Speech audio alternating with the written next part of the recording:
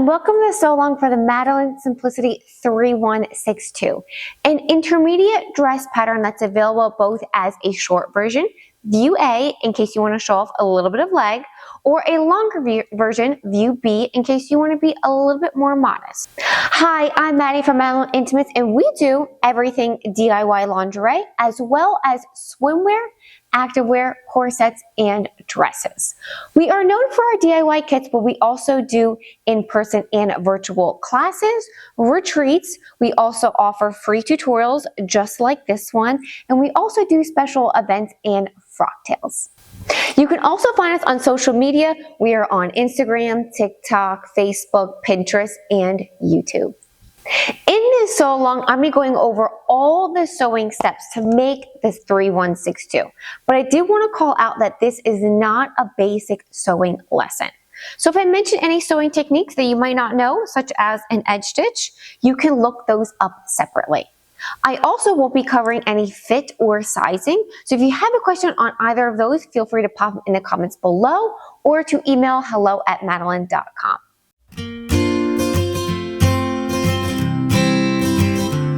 Before we start sewing, let's first go over what you should have cut out. Because, like I always say, the key to sewing successfully is having everything cut out correctly. Now, I'm going to go over front bodice, including the lace overlay pieces, back bodice, and then linings, and then skirt. I think that's a really good way to break up the cutting list that's digestible and understandable because there are a lot of pieces. So for the front, you have pattern piece number 1, which is bodice front. Now I am using this plaid fabric, which is relatively thin. It's definitely not thick. So I am interfacing it with a lightweight interfacing.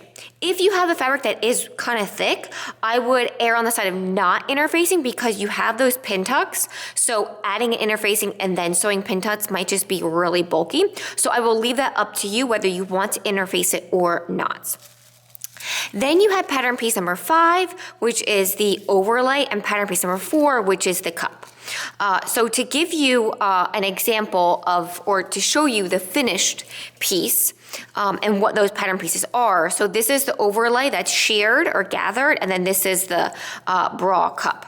Now in the example from the pattern cover, as well as this example that I'm showing you, the overlay was a lightweight lace, which you can use, of course, but you can also use your main fabric. So I am using the same fabric as the bodice, but I'm cutting it on the bias just to add a little bit of like visual interest. I think it's really interesting to have the bodice overlay on the bias and then this on the straight. So there are options for the overlay as far as your contrast fabric. It can be a lace, it can be another fabric, it can be your main fabric that's just cut a different way. So you also have the straps, which are pattern piece number 12. Now, if you're using a really lightweight fabric, like this fabric was a rayon, a shiny rayon that was like silky, I would suggest interfacing the straps as well. Just make it a lot easier to handle. So again, interfacing is optional depending on the thickness and the stiffness of your fabric. Now let's go over to the lace overlays. So you have your front bodice overlay, which is pattern piece number 5, just goes right in the center, and then pattern piece number 3, which is the other, it says guide for side front bodice. So those just go on this side as well as this side. And the width of this can vary. So like this is actually, these lace pieces are a little bit wider than the one that is on the pattern cover. So like you definitely have some leeway. It could maybe be just 1 inch or 1.5 inches. So that's not a hard set that it has to be a certain width. The other lace, will go on the neckline, and I actually cut that lace in half so that it's just like a little bit peeking through. So I cut this one down. That is pattern piece number 6, guide for neck lace. And then on the straps, there is the guide for the shoulder strap lace, which is pattern piece number 13. Now let's go over the back. You have pattern piece number 7, which is bodice back, pattern piece number 8, which is back panel, pattern piece number 9, which is bodice middle back, and then pattern piece number 10, which is bodice side back. For all of these pieces, I am using the same fabric as the front, which is the plaid fabric, also interfacing all of them so that the weight or the thickness is the same from front to back.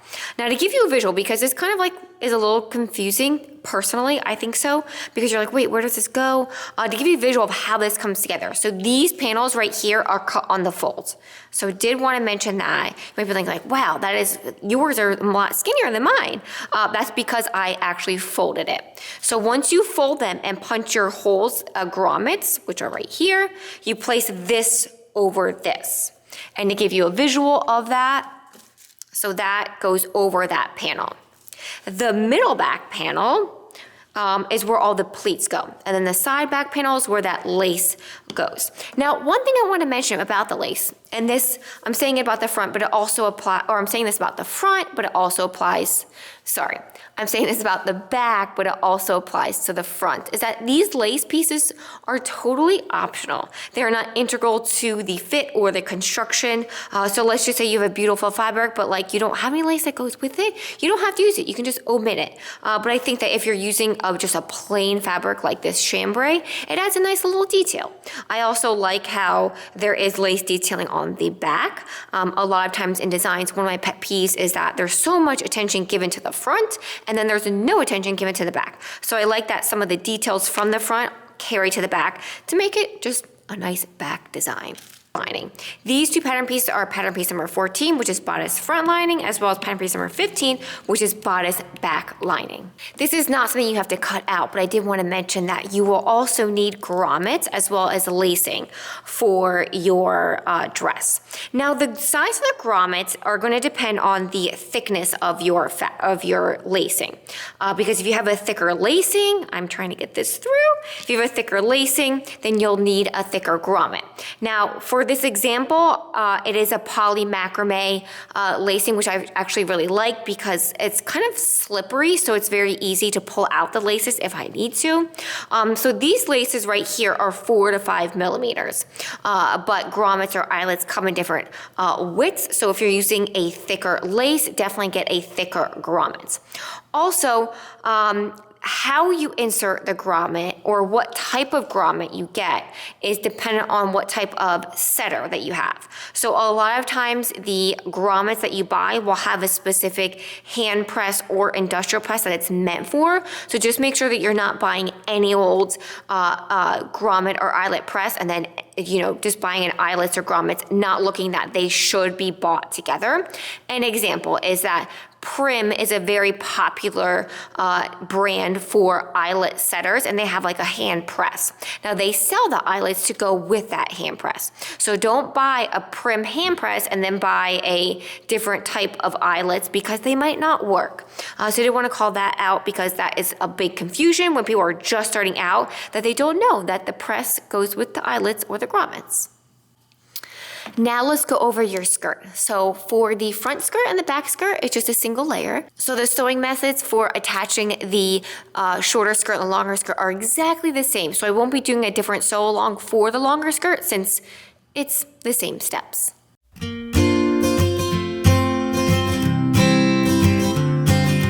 Let's start sewing. So I'm going to loosely be going through the sewing instructions. I might deviate here and there because I think that it's easier to do it before a certain step or after a certain step, or I might have a little tip, but the end result is exactly the same. So the first step is you are going to sew the pin tucks on the front bodice. How you're going to do that is to mark the fold line for the pin tuck. You're going to mark it on the right side. So I'm going to mark it on the top.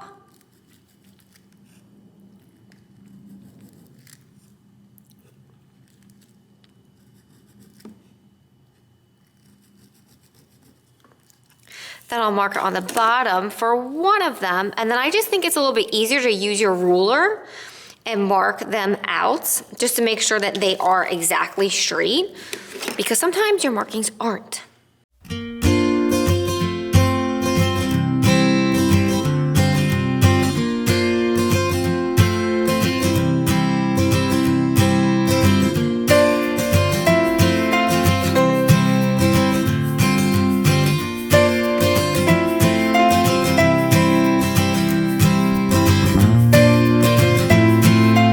you're gonna fold it along that fold line and then stitch about 1/8 of an inch from that fold line, and then continue to do that for all the pin tucks.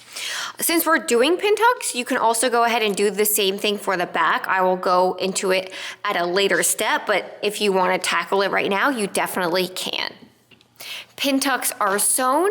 You can press them towards the front or the side. I would just be consistent with them. It really doesn't matter which way you press them towards. Next up is that you are going to place the center front lace and then the side bodice laces.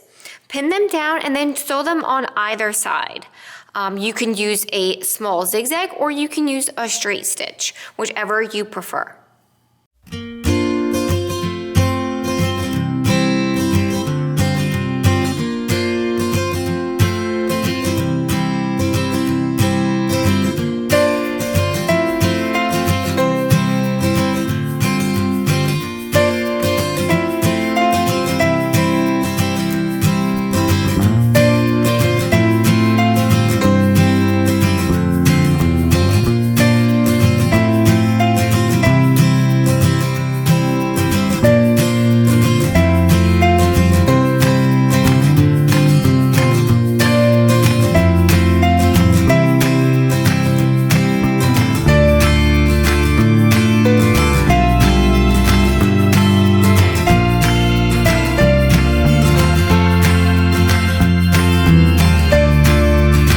The next step is really simple. It is to sew the bust darts on the bra cup. After sewing the darts, I also sewed the lace trim to the wrong side of the bra cup.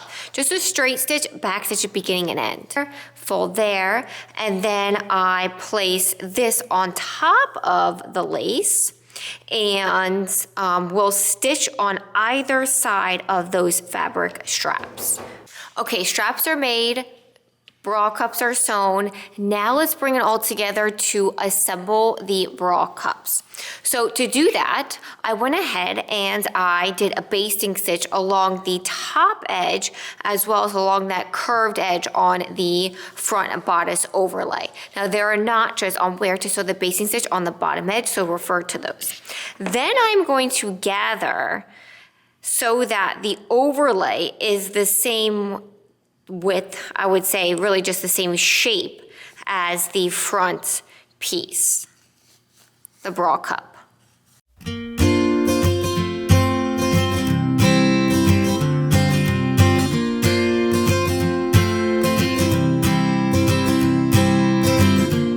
So I gathered the overlay. Now let's bring it all together. First, you want to place your straps on the wrong side of the bra cup, so that they are facing downwards, right side face up. So the wrong side of the strap is facing the wrong side of the bra cup. You're gonna pin those in place. Really, it's just like this seam allowance where you want it to be.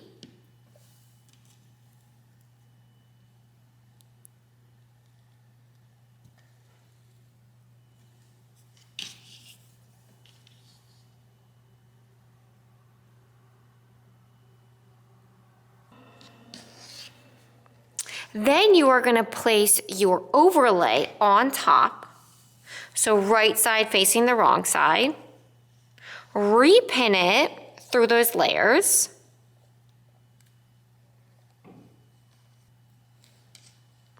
And then sew it along that top edge.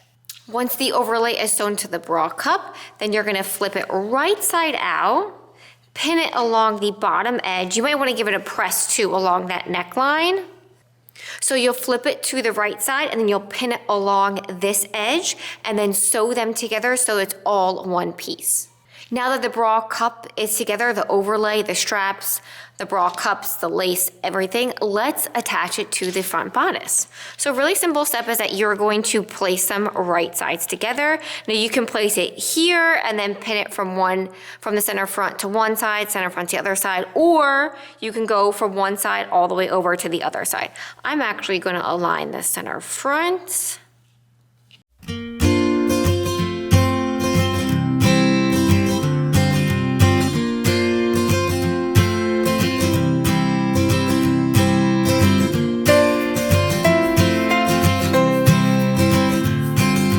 bodice main fabric is assembled. Now let's move on to the back. I went ahead and I did the pin tucks on the middle back, so that's already done. I also added the eyelets to the tab, whatever you want to call it, because I won't be showing that because the way that you set eyelets is dependent on the type of setter that you have or hand press.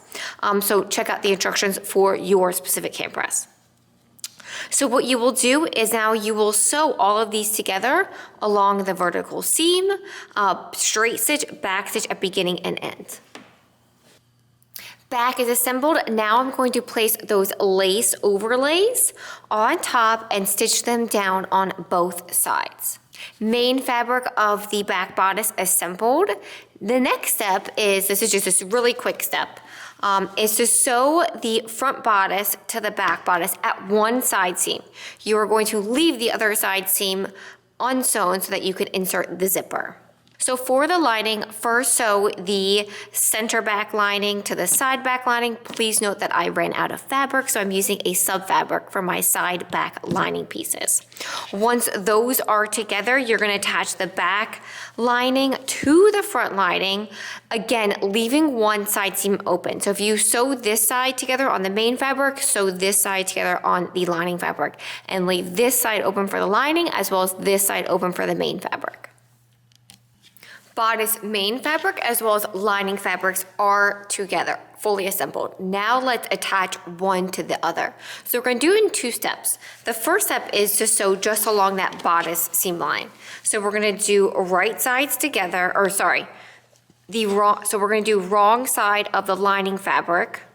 Now I know this looks really confusing, but you want to pin it in a way so that this flips to the other side, and so that the right side of the lining fabric is face out. So we're gonna sew that first, then we're gonna finish it along the top edge. Lining is sewn to the main fabric along that bodice seam. Now let's finish it along that top edge. So you're gonna fold this so that it's right side together. And this is a little bit of origami here, but it does work.